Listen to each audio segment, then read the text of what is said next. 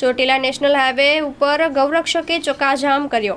હિન્દુ ધર્મના 4 પવિત્ર અમારા જે આપણા શંકરાચાર્ય મહારાજ છે, આજે ભારતની અંદર ગૌ માતાની કતલેઆમ થઈ રહી છે, ત્યારે આદિગુરુ શંકરાચાર્યો ચારે પીઠના દ્વારા આજ રોજ 10 મિનિટ માટે ભારત બંધનું એલાન કરવામાં આવ્યું હતું, જેના ભાગરૂપે ચોટીલા માં ચામુંડા ધામની અંદર દર વખતેની જેમ આ વખતે પણ અહીંના જાબાજ ગૌરક્ષકો તેમજ હિન્દુ સંગઠનના તમામ આગેવાનો અને તમામ જ્ઞાતિના આગેવાનો દ્વારા આજે સાધુ સંતોની આગેવાનીની અંદર ચોટીલા માં ચામુંડા ધામની અંદર નેશનલ હાઈવે ચક્કાજામનો કાર્યક્રમ કર્યો હતો।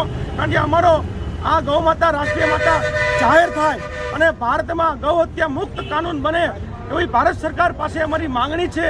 જે માંગણીના ભાગરૂપે શંકરાચાર્યજીના આદેશ અનુસાર આજે ચોટીલાની અંદર અમે સફળ કાર્યક્રમ કર્યો છે અને આગામી સમયની અંદર પણ અમે સરકારને અહીંથી અમારી માંગણી કરીએ છીએ કે જો ગૌ હત્યા બંધ નહીં થાય ભારતમાં તો હજી પણ અમે આંદોલન કરશું।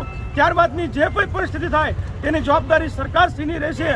અને આજના કાર્યક્રમની અંદર તમામ ચોટીલા વાસીઓએ જે તન મન અને ધનથી જે અમને સહકાર આપ્યો છે એ બદલ હું એમનો આભાર વ્યક્ત કરું છું।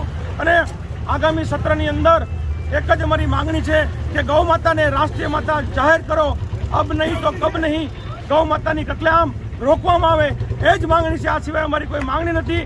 જય હિન્દ, જય ભારત, જય ગૌ માતા, ભારત માતા કી ગૌ માતા કો રાષ્ટ્રીય માતા। આગામી આ દિવસોમાં જે 2024ની ચૂંટણી આવશે તો તેમાં કેવું તમારા બધા ગૌરક્ષકોનું કામ રહેશે? આ નહીં થાય તો ચૂંટણીની અંદર જે કાંઈ જગતગુરુ શંકરાચાર્ય અમને જે કોઈ આદેશ આપશે, કદાચ ગૌ માતા માટે અમારો પ્રાણ દેવો પડે તો પણ અમારી પ્રાણની આહુતિ દેવા માટે પણ અમે તૈયાર છીએ।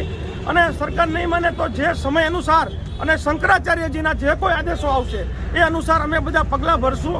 અને એના માટે તમામ કાયમ માટે ચોટીલાના જાબાજ ગૌરક્ષકો તમારી ટીમ સક્રિય હોય છે। જે કોઈ પગલાં ભરવા પડે એ સરકાર માટે અમે કરશું।